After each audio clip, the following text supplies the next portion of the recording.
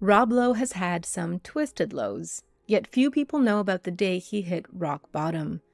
One day, Lowe proposed to his girlfriend Melissa Gilbert, but when Gilbert told him she was pregnant, his reaction was absolutely brutal. The full story is coming up. Teen idol Rob Lowe has had his share of Hollywood highs and lows. This self-proclaimed man of no regrets certainly has a lot of them to choose from.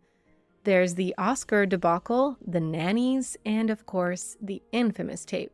But what's really hiding behind the strong jaw and piercing blue eyes? Robert Hepler Lowe was born in Virginia on St. Patrick's Day in 1964. After a couple of divorces, Lowe's mother, a teacher, followed her third husband to California and brought her two young sons, Rob and Chad, with her. This move to La La Land put Lowe in a position to meet all kinds of Hollywood types and help him find his calling as an actor and a man about town. Growing up in Los Angeles and attending Santa Monica High School, Lowe met a family that would be influential in his future in many ways. Martin Sheen, most famous for starring in Apocalypse Now, was the father of two of Lowe's classmates, Charlie Sheen and Emilio Estevez. Lowe became friends with the two young boys and even with Martin himself. In addition to the Sheens, Lowe's friends included future stars Sean Penn and Robert Downey Jr. Lowe also managed to make the acquaintance of the daughter of a Hollywood legend. He was friends with Cary Grant's daughter, Jennifer Grant, who went on to appear on Beverly Hills 90210. With all these stars around him, it wasn't long before Lowe landed his first celebrity girlfriend. Melissa Gilbert was a child actor known for playing Laura Ingalls on the immensely popular and family-friendly Little House on the Prairie. It should have been a tender teenage romance, but instead, it was a living nightmare. Lowe became the bad boy counterpart to her saintly persona. While the two dated through much of the 1980s, their relationship was the source of a whole lot of drama and heartache. As Rob Lowe was finding his feet in Hollywood, he took a part in a music video for the band The Go-Go's. In the video, Lowe plays a young, good-looking high school student who gets a lot of female attention. It wasn't exactly an acting stretch for Lowe, but bigger and better things were coming his way. Rob Lowe's big acting break was a coveted role in Francis Ford Coppola's film adaptation of The Outsiders, a classic tale about greasers from the wrong side of the track. Coppola wanted Lowe and his co-stars to see what that life was really like, so he dropped the actors, including Tom Cruise and Emilio Estevez, at the homes of people who'd been greasers as kids. But Lowe was going to be more inspired by watching an already famous co-star. Before filming The Outsiders, most of the cast, like Lowe, were unknown actors, but not Matt Dillon. Dillon had appeared in a few films and had crazed fans waiting for him in the lobby of the hotel the actors were staying in. One day, Lowe saw Dillon pick up a female fan from the group and take her to his room. It was then and there Lowe decided that Dillon was his new hero. Probably not the best role model considering what happened to Lowe over the next few years. While filming The Outsiders, Rob Lowe and his teenage co-stars had a lot of freedom. Lowe remembers that after a long day on the set, they would get into a van and go back to the hotel. Usually, teamsters who worked on the set were driving and would throw some beer back to the underage actors. As we'll see, this early drinking had a major effect on Lowe's future. In the 1980s, Rob Lowe and a collection of his acting peers got the nickname the Brat Pack. Mostly they were Gen X actors who partied a lot and appeared in angsty coming-of-age movies. Lowe appeared in St. Elmo's Fire alongside Demi Moore, which planted him squarely in the center of the pack. But partying Brat Pack style soon got way out of control. At that time, actors like Emilio Estevez, Judd Nelson, and Lowe himself ruled both the screen and the clubs. New York Magazine called the Brat Pack a roving band of famous young stars on the prowl for parties, women, and a good time.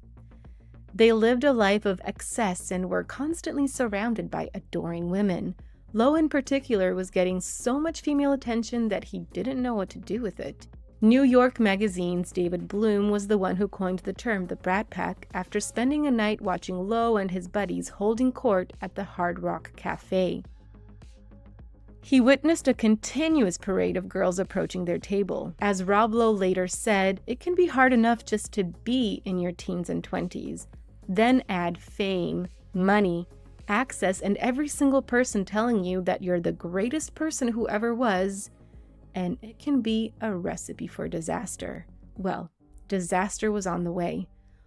While Rob Lowe was filming Hotel New Hampshire with Jodie Foster, he started an affair with his slightly older co-star Nastasia Kinski, who happened to be the daughter of the legendary actor Klaus Kinski and a European model. One day, Lowe's girlfriend Melissa Gilbert called the hotel and received a devastating shock. Operator told her that she could find Lowe in another room, Kinski's room. Gilbert went ballistic and got on a plane to confront Lowe face to face. Lowe had no good reason to explain why he was staying in Kinski's room. To deal with the problem, Gilbert checked into the cast hotel where she and Lowe spent 15 hours of crying, screaming, talking, making love, carrying on, and laughing. Geez, I hope they weren't within earshot of anyone needing a good night's sleep. Even after this reconciliation, Lowe was not done with his cheating ways. Once it was clear that Lowe was going to be a success, his dating options opened wide up. Lowe briefly dated Princess Stephanie of Monaco, who was Grace Kelly's daughter, but this womanizing was more like a game to Lowe. In fact, he practically turned it into a sport. Years later, Lowe bragged about stealing women from Duran Duran singer John Taylor. Nastasia Kinski was one of them, and Lowe hinted that there were others. It seemed like it was a bit of a competition between the rocker and Lowe. But through all these flirtations, Lowe still had Melissa Gilbert to think about. The list of women connected to Rob Lowe is long. Highlights include Iran-Contra scandal figure Fawn Hall, actor Marlee Matlin, Winona Ryder, and debutante of the decade Cornelia Guest. In fact, there were rumors that he had affairs with all of his leading ladies. But what about poor Melissa? Lowe's next project was Brat Pack romance film About Last Night, and he thought it would be a good idea to have his real-life girlfriend Melissa Gilbert co-star. Maybe this way he could keep himself in check. Gilbert auditioned for director Ed Zwick but lost the role to Demi Moore, and what Zwick told Gilbert was brutal. He said he made the casting decision because Lowe and Moore just looked so good together. Now that had to hurt. To absolutely no one's surprise, Lowe and Demi Moore hooked up during the filming of About Last Night. Moore writes in her book that she only vaguely remembers their one-night stand, as she was dealing with a substance abuse issue at the time. When asked about the affair with Moore, Lowe would only say a gentleman never kisses and tells. I wonder if his girlfriend would have considered this response gentlemanly. When Gilbert got wind of Lowe's night of passion with Moore, she set her sights on revenge, but she was stuck in the middle of Texas making a movie about horses. She didn't find any suitable options in her co-stars, so she chose a third assistant director. Now it was Lowe's turn to get jealous. However, instead of flying into a rage and getting on a plane to stop her affair, what did Rob Lowe do? He wrote a letter. Remember those? Doesn't sound like he thought this was a super urgent problem. Even though this was a lame attempt to reunite with Gilbert, it worked. They got back together, but the drama was hardly over. The Academy Awards of 1989 will go down in history as having the worst opening number, in part thanks to Rob Lowe. The musical number featured an actress playing Snow White and Lowe as Prince Charming. Opinions about the musical number were not flattering. It was said that the only thing flatter than the number was Lowe's singing voice. Around this time, Rob Lowe took an interest in politics and wanted to get involved. At the time, Michael Dukakis was running for president, and Lowe, who was only 24, decided to sign up as a campaigner. This ended up being a disaster for both the candidate and Lowe. Dukakis lost to George H.W. Bush, and Lowe, well, he got into some serious trouble that nearly ruined his career. While in Atlanta working on the Dukakis campaign, Lowe, maybe still inspired by his old castmate Matt Dillon, met two young female fans and brought them to his hotel room. The girls agreed to let Lowe videotape their rather intimate time together. The morning after, Lowe woke up to a massive hangover and no girls, but that wasn't the most disturbing part. The steamy videotape was also gone. If you think things couldn't get worse, think again. It turned out that one of the girls Lowe had brought home was only 16 years old, making the encounter and the videotape unlawful.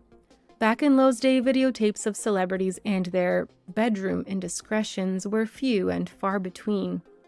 This was a new phenomenon, and Lowe was about to find out how much damage a videotape like that could cause.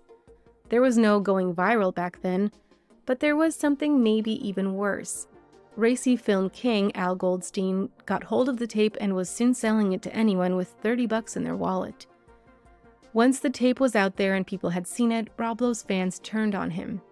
Soon, the mainstream film roles basically dried up for him. Lowe's drinking was now getting out of control, and it seemed that things couldn't get any worse. Surprisingly, there was something good coming his way.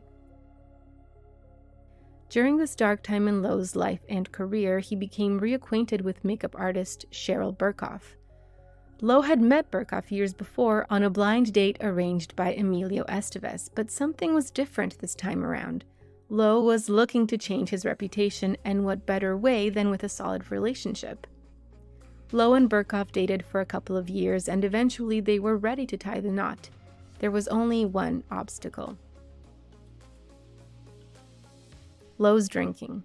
He blamed the videotape incident on his problem, but still had yet to get completely sober. Burkhoff made a heartbreaking ultimatum. She told him that she wouldn't marry him until he stopped drinking.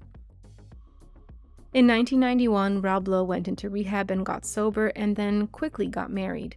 So now his life was in order, no booze and a supportive partner. Sounds kind of boring for Lowe, but don't worry. Lowe was a Brat Packer to the end, and he couldn't completely stay away from the drama. The hit TV show The West Wing brought new life to Lowe's career. Audiences loved seeing Lowe on the small screen, and he received a Primetime Emmy nomination for his work. The West Wing also allowed him to work with his childhood father figure, Martin Sheen, who played the president. Sadly, having established stars like Sheen around made life on The West Wing difficult for Lowe. When The West Wing started, the central figure was Lowe's character Sam Seaborn. Unfortunately, the show attracted more and more famous co-stars, and the producers wanted to focus a little less on Seaborn and a little more on the characters portrayed by people like Martin Sheen and Stockard Channing. This did not sit well with Lowe, and he quit. Lowe moved on to other projects, but controversy continued to follow him around. While working on the TV show Lion's Den, Lowe was keen to get singer-songwriter Jewel to be a guest on the show. Jewel was up for the acting, but she refused to kiss the former teen heartthrob on the show. Producers of Lion's Den tried to convince Jewel to kiss Lowe. Jewel reluctantly gave in, but then tried to get the show to delete the scene. Lowe, along with the producers and fans, couldn't understand Jewel's behavior. The answer to this riddle would finally come up over 10 years later. Rob Lowe appeared alongside then-Governor Arnold Schwarzenegger in ads promoting California tourism. It's unclear how much time Lowe spent with the muscle-bound governor, but it could be that Arnold, later caught in a relationship with his housekeeper, was a bad influence on Lowe. You see, things at the Lowe household were about to blow up too. Lowe and his wife Cheryl sued 3 members of their household staff, 2 nannies and a chef, for violating confidentiality agreements. But this lawsuit was just the fuse that ignited a scandalous fire. After Rob Lowe and his wife sued the nannies and the chef, the Lowes received 2 counter lawsuits.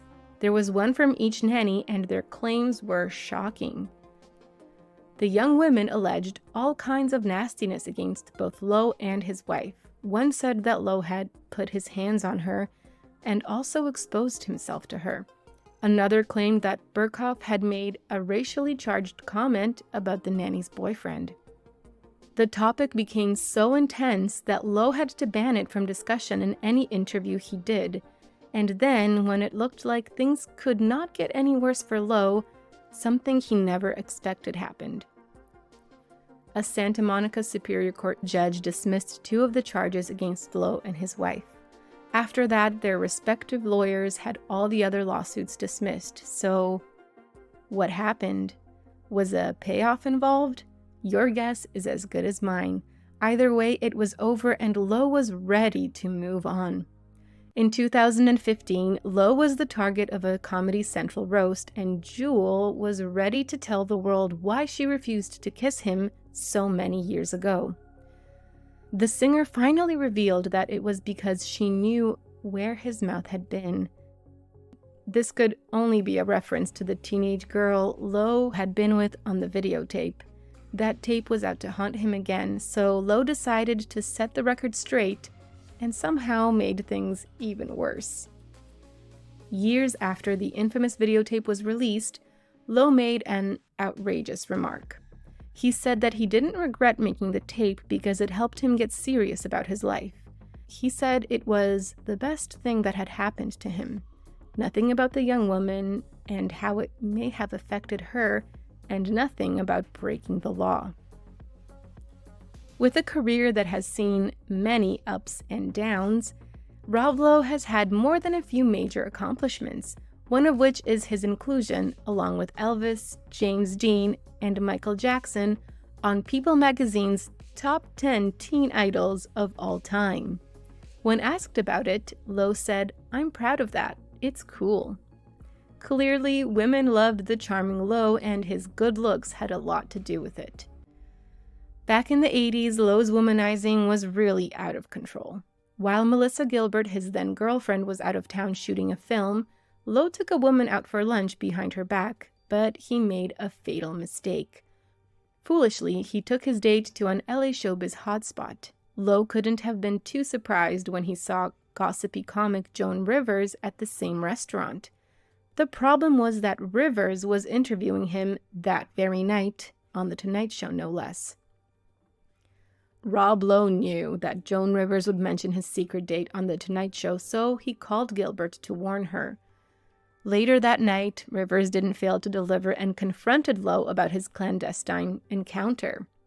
Although Lowe had prepared himself, he still had no real excuse. Cheating just seemed to be in his nature. Lowe and Gilbert were quickly bringing a new meaning to on again, off again, until Lowe made a shocking move. In spite of all the cheating on both their parts, Lowe actually got down on one knee and proposed. Their relationship was a hot mess, but Gilbert said yes, and they looked forward to their storybook wedding. As Rob Lowe and Melissa Gilbert prepared themselves for married life, Gilbert got pregnant. It wasn't the end of the world. They were already planning on tying the knot, after all. Gilbert shared her happy news with Lowe, and his reaction was heartbreaking. He freaked out, broke off the engagement, and left Gilbert high and dry. Devastatingly, Gilbert lost the baby and finally moved on. So much for their storybook wedding. Rob Lowe wrote 2 memoirs, and the first one had a major omission. It neglected to mention that he'd ever proposed to Melissa Gilbert. Even after all the years had passed, Gilbert was furious he didn't mention the engagement. But it gets worse. Imagine how she felt when the second memoir didn't mention her at all. When asked about the books, Melissa Gilbert compared Lowe's writing to Dr. Seuss's Green Eggs and Ham. She claimed the children's book was more thought-provoking than Lowe's memoirs. There was clearly no love lost between the two. Rob Lowe's time in the spotlight has certainly been a roller coaster. The actor transitioned, though perhaps not seamlessly, from a teen heartthrob to a respected actor with standout roles in shows like The West Wing and Parks and Recreation. Yet through all the highs and lows, he has managed to rebuild his life, find stability, and even reflect on his tumultuous past. Thank you for watching this video. I hope you enjoyed it. Please like and subscribe.